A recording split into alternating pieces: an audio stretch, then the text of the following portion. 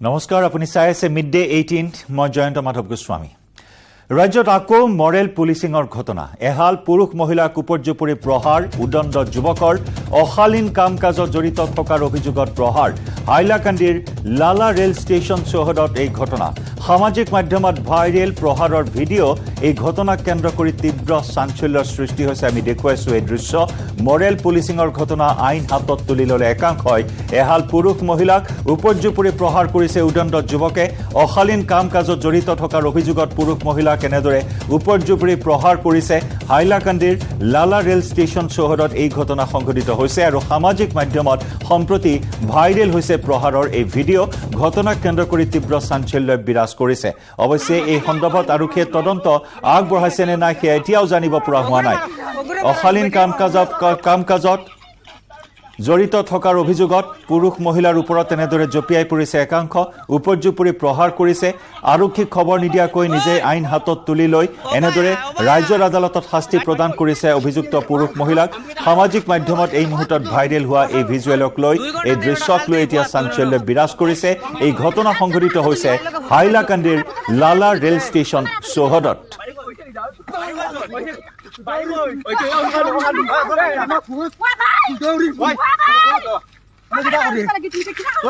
আমি অধিক খবৰ লাভ কৰিবলৈ যোগাযোগ স্থাপন কৰিছো হাইলাকান্দিৰ পৰা আমাৰ সাংবাদিক ৰাহুল চক্ৰৱৰ্তীৰ সৈতে। ৰাহুল, সবিশেষ খবৰ আপোনাৰ পৰা জানিব বিচাৰিম। আইন হাতত তুলি ল'লে মৰেল পুলিচিঙৰ এই ঘটনা সংঘটিত হৈছে। আৰক্ষীয়ে এই মুহূৰ্তত তদন্ত আৰম্ভ কৰিছে নে নাই এই ঘটনাৰ? হয় জয়ন্ত, যোৱাকালি ঘটনাটো সংঘটিত হৈছিল। যোৱাকালিৰ পৰা হাইলাকান্দিৰ বিভিন্নজনৰ বিভিন্ন সামাজিক মাধ্যমত এই ভিডিঅ'টো ভাইৰেল হৈ পৰিছিল। হাইলাকান্দি জিলাৰ লালা ষ্টেচন চৌহদৰ ভিডিঅ' বুলি দাবী কৰা হৈছিল আৰু এইটো ভিডিঅ'ত এহাল পুৰুষ মহিলাক এটা উদণ্ড যুৱকৰ দলে আক্ৰমণ চলাইছিল বুলি আমি যিটো দেখিবলৈ পাইছো। আৰু পিছত আৰক্ষী ইতিমধ্যে এই ঘটনাক কেন্দ্ৰ কৰি তদন্ত আৰম্ভ কৰিছে। আৰক্ষী ইতিমধ্যে সহমত গোচৰ ৰুজু কৰিছে লালা আৰক্ষী চকীত। ইয়াৰ পিছত বৰ্তমান আৰক্ষীয়ে যি ভিডিঅ' আছে এই ভিডিঅ' সত্যতা যাচাই কৰি এটা অভিযান আৰম্ভ কৰিছিলে। অভিযানত ইতিমধ্যে যিটো খবৰ আহি পৰিছে আমাৰ হাতত, ৰাহুল চৰকাৰ নামৰ এগৰাকী যুৱকক ইতিমধ্যে আৰক্ষীয়ে আটক কৰিবলৈ সক্ষম হৈছে। জয়ন্ত, হয়, কিমানজনীয়া যুৱকৰ দল আছিল এই আক্ৰমণৰ ঘটনাত?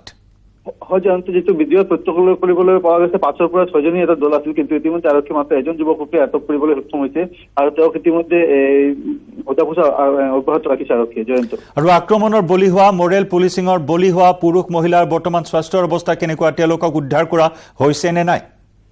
হয় জয়ন্ত, এই ঘটনাৰ পিছৰ পৰা এই যিগৰাকী মহিলা আছিল আৰু তেওঁলোক থকা পুৰুষগৰাকী এক প্ৰকাৰ আত্মগোপন কৰিছে বুলি আমি ক'ব পাৰো, কিয়নো আৰক্ষীয়ে সহমত গোচৰ ল'ব লগা হৈছে এইটো ঘটনাত। কিন্তু তেওঁলোক কোন আছিলে, কৰ পৰা আহিছিলে, তেওঁলোকৰ ঘৰ ক'ত, এইটো পৰিচয়টো এতিয়ালৈকে উদ্ধাৰ কৰিবলৈ সক্ষম হোৱা নাই আৰক্ষী। জয়ন্ত, হয়, ৰাহুল, ধন্যবাদ জনাইছো আপোনাক। ৰাহুলে আমাক জনালে যে বৰ্তমান আৰক্ষীয়ে তদন্ত অব্যাহত ৰাখিছে।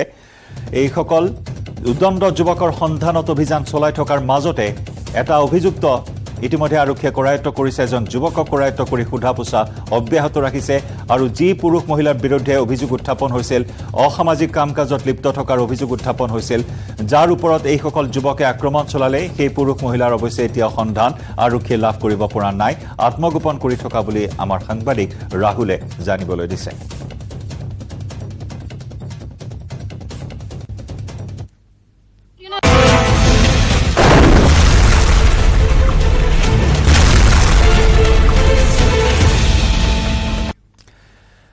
মহানগৰীৰ খাৰঘুলি জয়পুৰত এতিয়াও অব্যাহত আছে অবৰ্ণনীয় পৰিস্থিতি। প্ৰতিটো ক্ষতিগ্ৰস্ত পৰিয়ালৰ মাজত হাহাকাৰময় পৰিৱেশ। নিৰ্বিকাৰ প্ৰশাসনলৈ বাট চাই অৱশেষত নিজেই বিধ্বস্ত ঘৰ দুৱাৰ মেৰামতি কৰাত হাতে কামে লাগিছে ভুক্তভোগী বাসিন্দাই। হাজিৰা লগাই ঘৰৰ মেৰামতি কৰাইছে খাৰঘুলিৰ ভুক্তভোগী জনতাই। গাড়ী মটৰ, ফ্ৰিজ, টিভি, ইনভাৰ্টাৰ সকলো বিনষ্ট হৈছে। সকলো বাচন বৰ্তন পানীৰ ঢলে উটুৱাই লৈ গৈছে। সকলো নথি পত্ৰ মুহূৰ্তৰ ভিতৰতে উটুৱাই লৈ গৈছে পানীৰ ঢলে আৰু সকলো হেৰুৱাই সৰ্বস্বান্ত হোৱা পৰিয়ালৰ মাজত এতিয়া কেৱল হাহাকাৰ, মাথো হাহাকাৰ। আনকি এতিয়া বহিবলৈ চোফা চকীও নাই ক্ষতিগ্ৰস্ত। হাজিৰা লগাই বিধ্বস্ত ঘৰ মেৰামতি কৰাৰ চেষ্টা চলাইছে এইসকল ভুক্তভোগী লোকে। 22টাকৈ ঘৰ ভাঙি চুৰমাৰ হৈ পৰিছে এই বৃহৎ জলবিস্ফোৰণত। যথেষ্ট ক্ষয়ক্ষতি হৈছে, বহুত ক্ষয়ক্ষতি হৈছে, একদম বহুত হৈছে আৰু ক'ব নোৱাৰি। মানে কি ঘৰত একোৱে নাই, বস্তু বাহানি চব বাহিৰত ৰাখি থৈছোঁ। এতিয়া ঘৰৰ মানুহ নাই, বাহিৰত গৈছে। আমাক কৰ্মচাৰীখিনিক ৰাখি থৈ দিয়াৰ দৰে হৈছে আৰু আমি 12জন মানুহ কাম কৰি আছোঁ এতিয়া। এতিয়া মানে আমি যিটো দেখা গৈছে আমাৰ গাঁৱত এতিয়া ডাঙৰ একোটা বানপানীও হৈ যায়। সেনেকুৱা বানপানীতে সেনেকুৱা ক্ষয় ক্ষতি হোৱা নাই। ইয়াত যেনেকুৱা গ্লাছ চ্লাছ চাপ চব ভাঙি গৈছে, একোৱেই নাই আৰু ইয়াতে।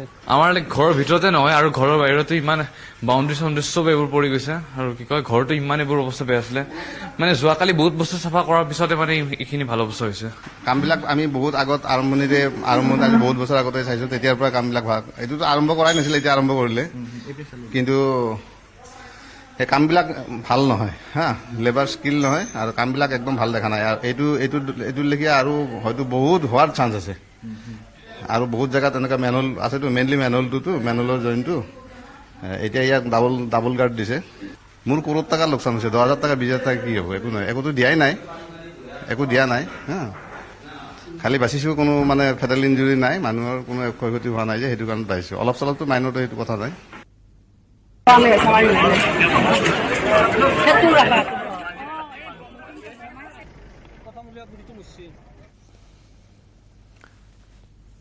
আৰু এইসকল ভুক্তভোগীৰ এতিয়াও অভিযোগ যে পৰ্যাপ্ত সা সুবিধা চৰকাৰ প্ৰশাসনৰ পৰা লাভ কৰা নাই।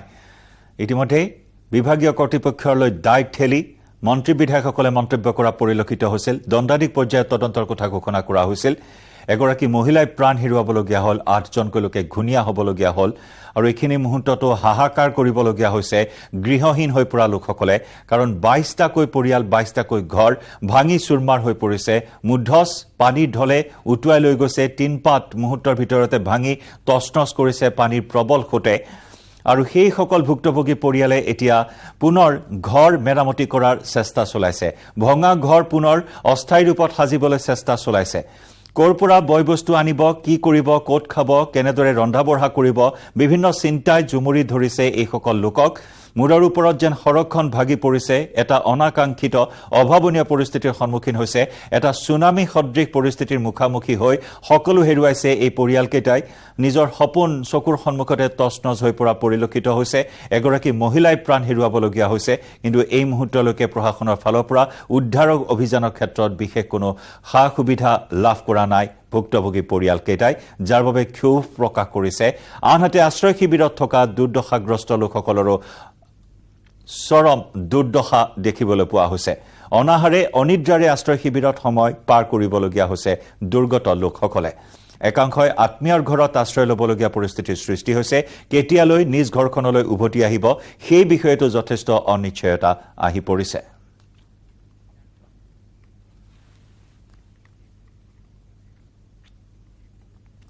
পৰৱৰ্তী খবৰ, এছআই বদ্ৰীপ্ৰসাদ বাৰুৱতীক জিআৰপিৰ পৰা অব্যাহতি।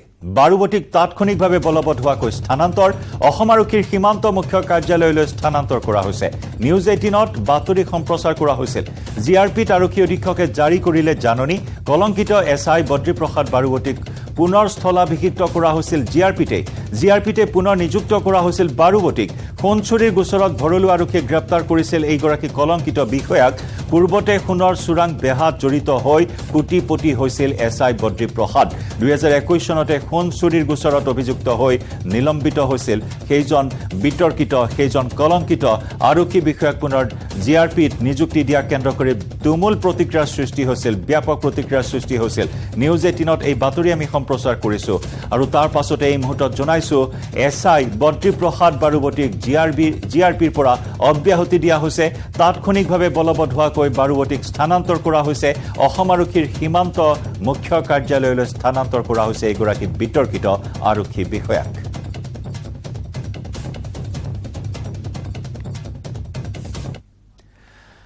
সতীৰ্থ সাংবাদিক ভাস্কৰ জ্যোতি হাজৰিকাৰ সৈতে সংযুক্ত হৈছোঁ। ভাস্কৰ, প্ৰথম অৱস্থাত জিআৰপিত নিযুক্তি দিয়াৰ খবৰ আৰু তাৰ পিছত তাৎক্ষণিকভাৱে বদলি কৰাৰ এই নিৰ্দেশনা আহিছে এই মুহূৰ্তত বদ্ৰীপ্ৰসাদক।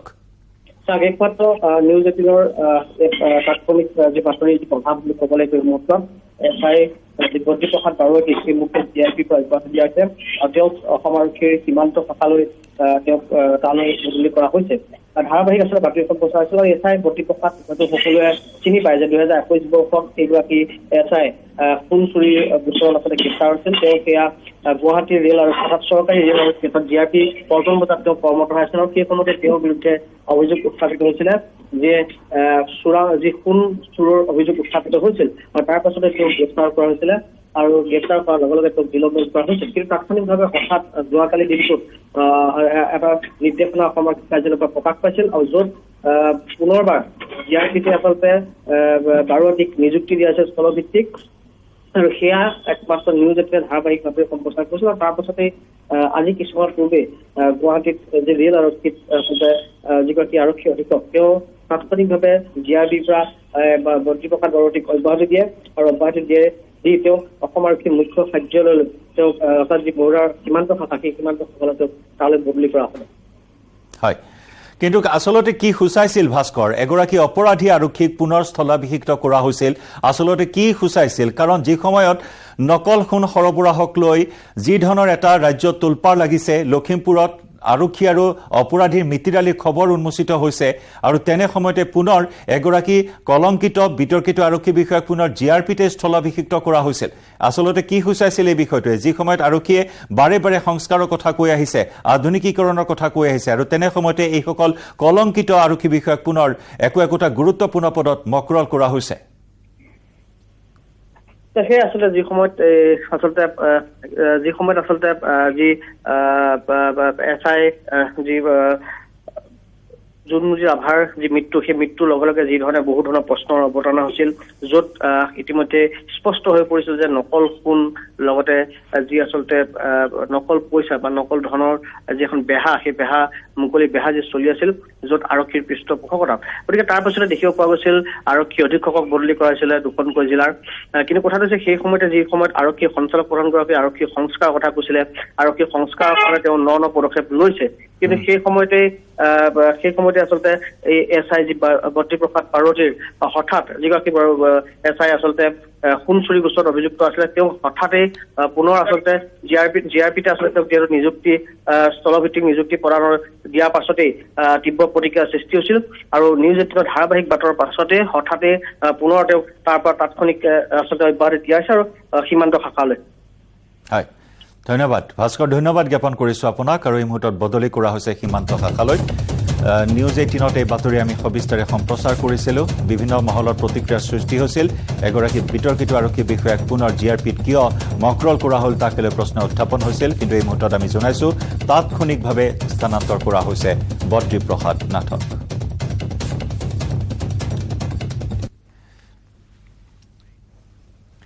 আমি খবৰৰ ধাৰা অব্যাহত ৰাখিম। মিড ডে 18ত সময় হৈছে এটা চমু বাণিজ্যিক বিৰতি।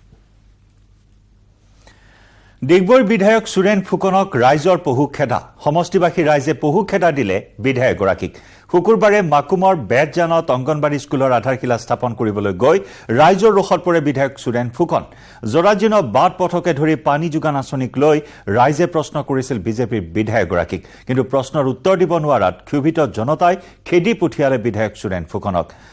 নানা সমস্যাৰে জৰ্জৰিত সমষ্টিবাসী, বাট পথৰ উন্নয়ন হোৱা নাই, জৰাজীৰ্ণ বাট পথে জমৰ যাতনা ভোগাই আহিছে অঞ্চলবাসীক, খোৱা পানী লাভ কৰা নাই, পানী যোগান আঁচনি ধোঁৱাচাঙত উঠিছে ইত্যাদি বিভিন্ন প্ৰশ্ন স্থানীয় জনপ্ৰতিনিধিক তেওঁলোকে উত্থাপন কৰিছিল, কিন্তু কোনো এটা প্ৰশ্নৰ উত্তৰ দিব নোৱাৰাত ক্ষোভিত জনতাই পহু খেদা দিলে বিধায়ক সুৰেন ফুকনক।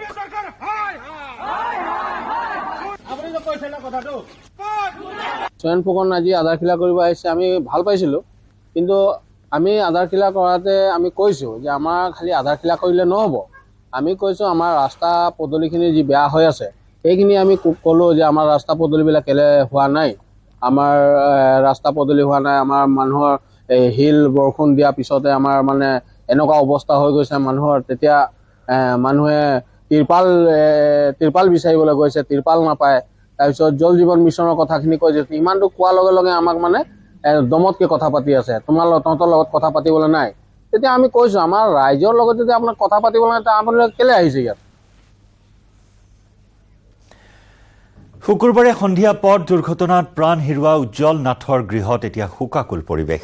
বৰদলগুৰিৰ 15 নম্বৰ ৰাষ্ট্ৰীয় ঘাইপথত তীব্ৰবেগী নিয়ন্ত্ৰণহীন এখন ট্ৰাকৰ খুন্দাত থিতাতে মৃত্যু হৈছিল উজ্জ্বল নাথৰ। 25 মেত খানাপাৰাত নিজ হাতে নিযুক্তি পত্ৰ গ্ৰহণ কৰিও চাকৰিত যোগদান কৰাৰ পূৰ্বেই ভয়ানক দুৰ্ঘটনাই প্ৰাণ কাঢ়িলে চিপাঝাৰৰ বৰদলগুৰিৰ কৱেইচুৱাৰ উজ্জ্বল নাথ নামৰ যুৱকজনৰ। কৰ বিভাগৰ কনিষ্ঠ সহায়ক হিচাপে গুৱাহাটীৰ কৰ ভৱনত নিযুক্তি লাভ কৰিছিল উজ্জ্বল নাথে। মেধাৱী অমায়িক যুৱকজনৰ মৃত্যুত এতিয়া মৰ্মাহত হৈছে আত্মীয় আৰু স্থানীয় ৰাইজ। এইবাৰ চৰকাৰৰ তৃতীয় বৰ্গত সি নিযুক্তি পাইছিল। কমিশ্যন অফ টেক্সেছত আমাৰ কৰ ভৱনত সি নিযুক্তি পাইছিল। এটা নহয়, সি 2টা চাকৰি পাইছিল এইবাৰ। কিন্তু মানে নিউতিৰ কি নিষ্ঠুৰ পৰিহাস চাওক আপোনালোকে। ঘৰখনৰ একমাত্ৰ সম্বল আৰু সি ঘৰখনৰ এটা মানে আশাৰ পোহৰ এটা দেখিছিল ঘৰখনত। আৰু সি প্ৰাইভেট জব কৰিছিল, তাৰ সমান্তৰালভাৱে ঘৰখনৰ দায়িত্ব লৈছিল। নিজৰ ভণ্টিক সি পঢ়াই আছিল, দেউতাকৰ ব্যৱসায়ত সি চকু দিছিল। আৰু খুব অমায়িক ল'ৰা। আপুনি সুধিলে প্ৰত্যেকেই ক'ব খুব অমায়িক ল'ৰা। তাৰ কোনো মানে টানকৈ আজিলৈকে একাষাৰ কথা আমি শুনা নাই।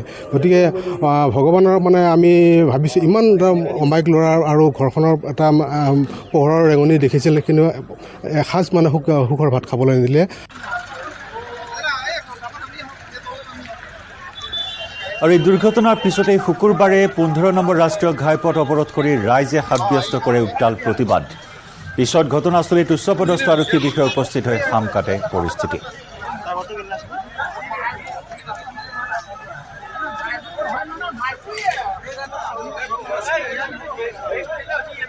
এটা পৰিয়াললৈ কাল অমানিশা নামি আহিল এই দুৰ্ঘটনাৰ লগে লগে।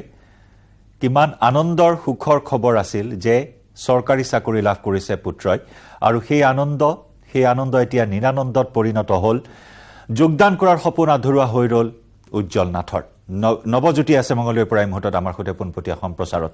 নৱজ্যোতি।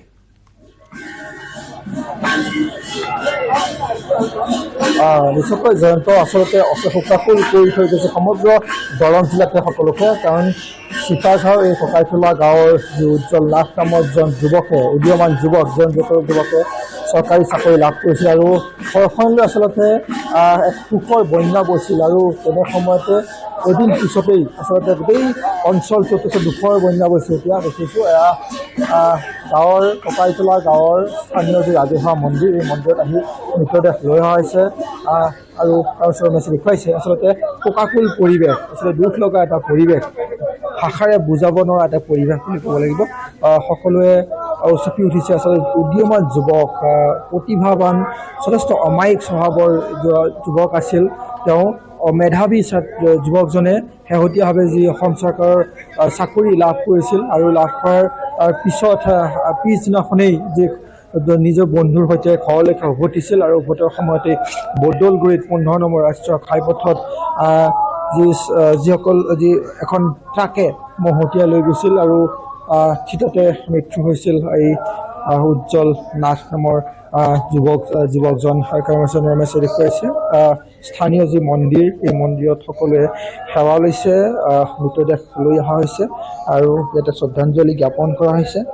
আৰু ইয়াৰ পিছতে শ্মশানলৈকে লৈ যোৱা হ'ব। কিন্তু উল্লেখ কৰিব লাগিব যে ৰাষ্ট্ৰীয় ঘাইপথ মৃত্যুত পৰিণত হোৱাৰ পিছত আচলতে এই ধৰণৰ এক পৰিৱেশ বিৰাজ কৰিছে, এটা শোকাকুল পৰিৱেশ। আৰু আপোনাৰ স্থানীয় লোক হিচাপে নিশ্চয়কৈ আজি শোকাকুল পৰিৱেশ গমেই পাইছে আপুনি। আমাৰ সমগ্ৰ অঞ্চলটো আজি শোকত ভাগি পৰিছে। কাৰণ যিজন যুৱক ইতিমধ্যে আমি তেওঁ অন্তিম সংস্কাৰ নিব খুজিছোঁ, অতি অমায়িক স্বভাৱৰ ল'ৰা আছিলে, অতি মৰমীয়াল আছিলে, সকলোৰে আপোন আছিলে। আৰু আপুনি গমেই পাইছে নিশ্চয় তৃতীয় বৰ্গত চাকৰি পাইছিলে। যোগদান কৰিব নকৰোঁতেই এই খবৰ গোটেই ঘৰখন মৰ্মাহত হৈ পৰিছে, গোটেই অঞ্চলতে মৰ্মাহত হৈ পৰিছে। এতিয়া আমি এটা অনুৰোধ জনাম এইখন চৰকাৰক, যিহেতু তেখেতে খুবেই মেধাবলত নিযুক্তি পাইছিলে, স্বচ্ছতাৰভাৱে নিযুক্তি পাইছিলে, যদি পৰিয়ালটিক অনুকম্পামূলকভাৱে কিবা এটা ব্যৱস্থা কৰিব পাৰি। কাৰণ একমাত্ৰ উপাৰ্জনক্ষম বুলি ক'লে ভুল কোৱা নহয়। উজ্জ্বল নাথ আছিলে, অতি দৰিদ্ৰ পৰিয়াল আছিলে আৰু পিতৃ মাতৃ কষ্ট কৰি তাক ডাঙৰ দীঘল কৰিছিলে। সেইমতে পঢ়া শুনা ঠিকমতে চলাই নিছিল। এটা পৰ্যায়তকৈ আজি নিয়তিৰ ওচৰত হাৰ মানিব লগা পৰ্যায় এটা হৈ গ'ল। তেওঁ ঘৰখন শোকত ভাগি পৰিছে, আমি অঞ্চলবাসী শোকত ভাগি পৰিছোঁ। তাৰ মাজতো যিকেইটা প্ৰাণী জীয়াই থাকিল ঘৰখনত, সেইকেইটা ব্যৱস্থাৰ কাৰণে যাতে মাননীয় মুখ্যমন্ত্ৰী মহোদয় বা বিভাগীয় কৰ্তৃপক্ষই অনুকম্পামূলকভাৱে ব্যৱস্থা কৰে, তাৰ কাৰণে অঞ্চলবাসীয়ে আমি অনুৰোধ জনাইছোঁ। পিতৃয়ে কি কৰিছিলে?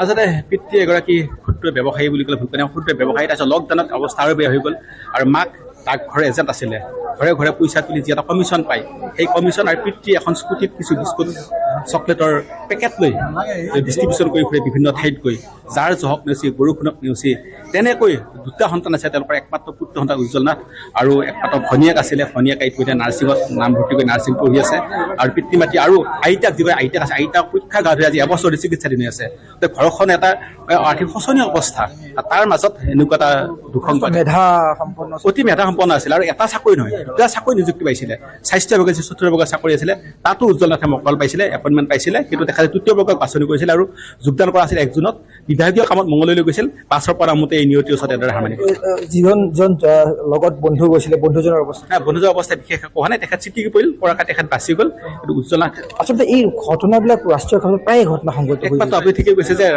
যিটো প্ৰধানৰ পৰা ৰাষ্ট্ৰীয় ঘাইপথ এইটো এতিয়া ঘাইপথ বুলি ক'ব নোৱাৰি এইটো এটা মৰণ ফাণ্ড এইটো ধৰি দিয়া মানে কেতিয়া প্ৰাণ ওলাই যায় তাৰ হিচাপ কৰিব লাগে প্ৰাণটো বুকত লৈ আমি খোজ কাঢ়িব লাগে প্ৰাণটো বুকত লৈ আমি যাতায়াত কৰিব লাগে তাৰপিছতো কিন্তু আমাৰ যি সাংসদ আছে বিধায়ক আছে আমাৰ যি কৰ্তৃপক্ষ আছে দৰং কৰ্তৃপক্ষ আজি পৰ্যন্ত এই পথটোত কিয় ইমান হেমাহি কৰি আছে আমি আৰক্ষীও কিন্তু যিধৰণে ব্যৱস্থা কৰিব লাগে কিন্তু সেইটো দেখিব পোৱা নাযায় চুকাথৰ অঞ্চলটো যথেষ্ট দুৰ্ঘটনা আজি আৰু কিছুদিন আগত আপুনি গমাই পায় 5জন পাহুৱাল ডেকাই প্ৰাণ হতি দিব লগা হৈছিলে উজ্জ্বল নাথ আৰু সময়ে সময়ে ধাৰাবাহিকভাৱে দুৰ্ঘটনা সংঘটিত হৈ আছে তাৰ পাছত হয়তো আজি চৰকাৰ কৰ্তৃপক্ষই বিভিন্ন কথা শোক প্ৰকাশ কৰিও আমি শোক নালাগে আমাক খন্তেকীয়া আমাৰ আশ্বাস শেষ নালাগে যাতে এটা স্থায়ী সমাধান হয় যাতে উজ্জ্বল নাথে শেষ হওক আমাৰ কথা উজ্জ্বল নাথে যাতে ঘটনাতে শেষ হওক ইয়াৰ পিছত যাতে এনেকুৱা ধৰণৰ ঘটনা নঘটে যাতে সেই ব্যৱস্থা চৰকাৰে কৰে আমি সেইটো এটা স্থানীয় লোক আচলতে উল্লেখ কৰিছোঁ আচলতে শোকাকুল হৈ পৰিছে সমগ্ৰ অঞ্চল আৰু সকলোৱে যি এজন মেধা সম্পন্ন এজন প্ৰতিভাৱান যুৱকক হেৰুৱাইছে আৰু কৈছোঁ যে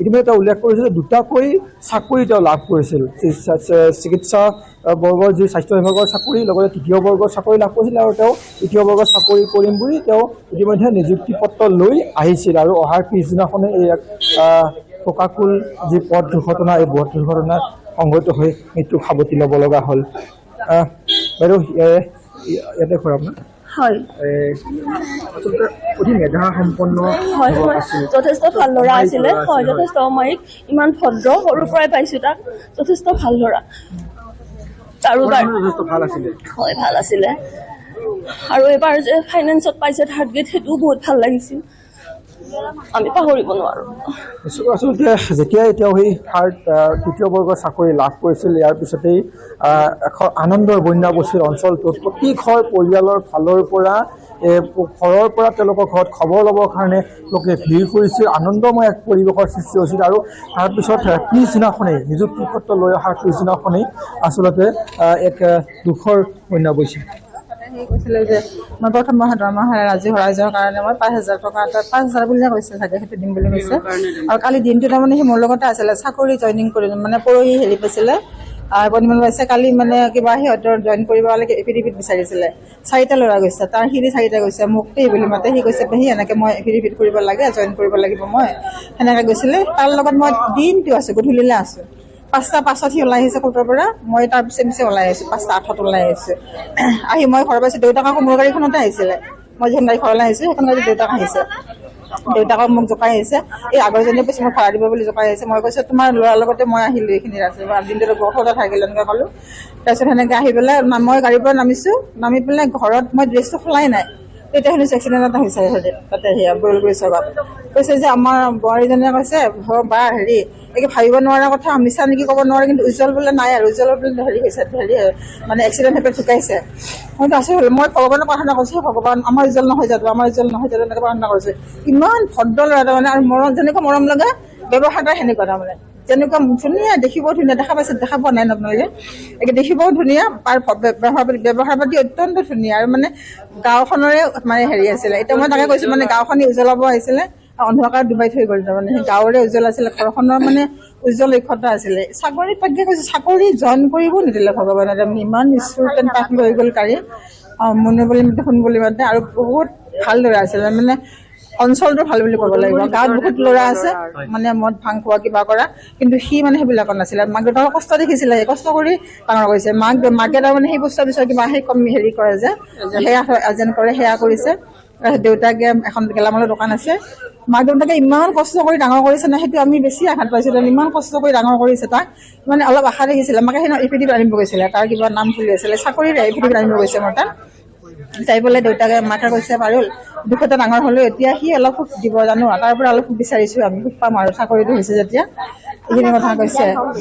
মানে নিশ্চয়কৈ আচলতে এফিডেভিট কৰাৰ পিছত এফিডেভিট লৈ উভতিছিলে মংগলেশ্বৰৰ পৰা। এটা কথা এই স্থানীয় মহিলাগৰাকীয়ে যুৱতীগৰাকীয়ে উল্লেখ কৰিছে যে যি মুখ্যমন্ত্ৰীগৰাকীয়ে আহ্বান কৰিছে যে আজি প্ৰথম দৰমহাৰে সকলোকে সহায় কৰিব লাগে, স্থানীয় লোক মাতৃ পিতৃ মাতৃক চাব লাগে বুলি আহ্বান জনাইছিলে। তেওঁ সিদ্ধান্ত কৰিছে যে মন্দিৰ যি স্থানীয় যি মন্দিৰ, তেওঁলোকৰ যি মন্দিৰটোত 5,000 টকা এটা ডোনেশ্যন অৰ্থাৎ দান দিম বুলি পেলাই তেওঁ প্ৰথম দৰমহা ঘোষণা কৰিছিলে। আৰু আজি নিয়তিয়ে যেন তেওঁক লৈ গ'ল আচলতে শকাকুল। কৈছোৱে যে শকাকুল ভাষাহীন বুলি ক'ব লাগিব এই অঞ্চলবাসী, এই ৰাইজবাসী সকলোৱে আচলতে এজন প্ৰতিভাৱান এজন যুৱকক হেৰুৱালে, যাক লৈ মৰ্মাহত হৈ পৰিছে সমগ্ৰ অঞ্চল, সমগ্ৰ গাঁওবাসী। জয়ন্ত। নিশ্চয় সকলো বাকৰুদ্ধ আজি এই মুহূৰ্তত। ধন্যবাদ জনাইছোঁ আপোনাক নৱজ্যোতি। আৰু এখন ট্ৰাক, ঘাতকৰ ৰূপ ধাৰণ কৰা এখন ট্ৰাকে এটা পৰিয়ালৰ সকলো সমীকৰণেই ওলট পালট কৰি পেলালে, এটা সম্ভাৱনাময় জীৱন কাঢ়ি লৈ গ'ল আৰু এটা পৰিয়াললৈ কাল অমানিশা নামি আহিল। এতিয়া স্থানীয় লোকসকলৰ চৰকাৰৰ ওচৰত দাবী যে অনুকম্পামূলকভাৱে পৰিয়ালৰ এজনক যাতে সংস্থাপন দিয়ে, যাতে পৰিয়ালটোৱে নিজৰ পেট প্ৰৱৰ্তাব পাৰে।